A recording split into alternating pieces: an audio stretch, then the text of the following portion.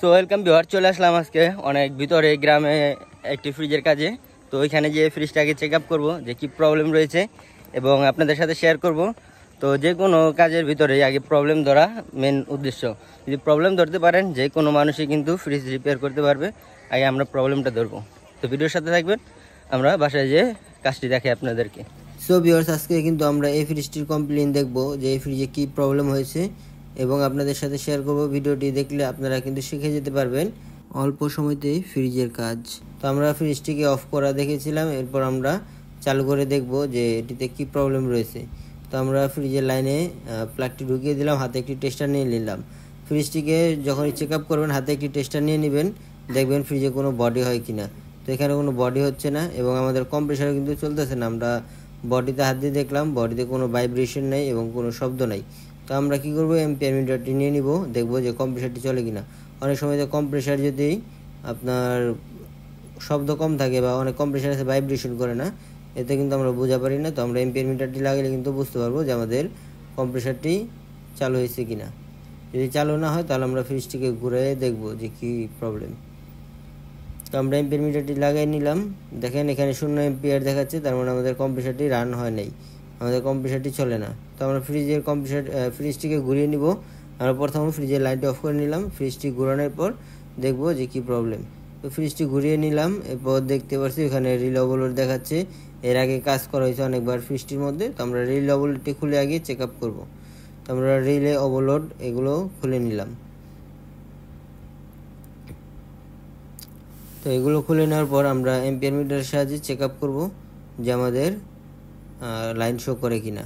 তো আমরা এম্পিয়ার মিটারের তারটি নিয়ে নিব, ওমসে দিয়ে আমরা চেক আপ করবো যে আমাদের রিল ওভারলোড ঠিকঠাক আছে কিনা। তো কীভাবে চেক করবেন দেখেন, আমার মতো করে যে 2টি জ্যাক লাগিয়ে দিলাম আমার এম্পিয়ার মিটারে।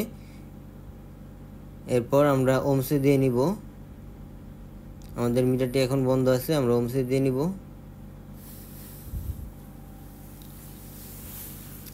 তো ওমসি দেওয়ার পর এরপর আমরা রিল ওভারলোড কীভাবে চেক করব সেটি আমরা দেখব।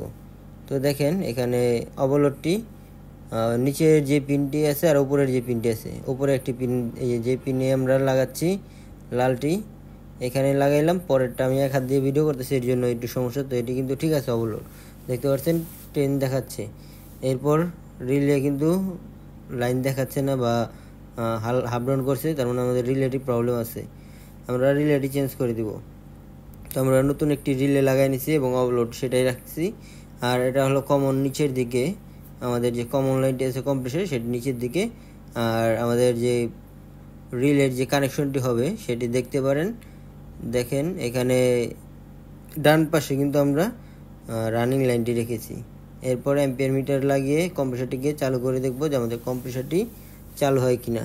যদি চালু হয় আপনারা কিন্তু এভাবেই কাজগুলো কমপ্লিট করতে পারবেন। বেশিরভাগ সময়তে কম্প্রেসার না চললে রিলে ওভারলোড এগুলো খারাপ হয়। এরপর যদি অনেক সময়তে নন ফ্রস্ট ফ্রিজ থাকে, ওই টাইমে দেখা যায় অনেক সময়তে হিটার বা ফিউজ কেটে গেলেও কিন্তু কম্প্রেসার বন্ধ থাকে বা টাইমারে পরে থাকলেও বন্ধ থাকে। এটা কিন্তু ফ্রস্টের ফ্রিজ। এরপর আমরা ফ্রিজটিকে আবার চালু করব।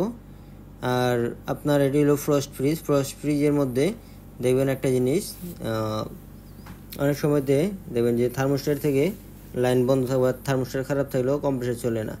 তো আমরা এম্পিয়ার মিটারটি লাগিয়ে নিলাম, এরপর টেস্টার হাতে নিয়ে নিলাম, আমরা ফ্রিজটিকে এখন অন করে দেবো। তো দেখতে পাচ্ছেন ফ্রিজটি অন করাতে আমাদের এখন এম্পিয়ার শো করছে 8 পয়েন্ট, মানে 1 এম্পিয়ারের কম শো করছে এবং আমাদের কম্প্রেসার কিন্তু চলতেছে। তো দেখেন আমরা হাত দিয়ে দেখতেছি যে কন্ডেন্সার গরম হচ্ছে কিনা, তো কন্ডেন্সারও কিন্তু গরম হচ্ছে। তো এইভাবে আপনারা শর্টকাটে ফ্রিজ ঠিক করতে পারবেন।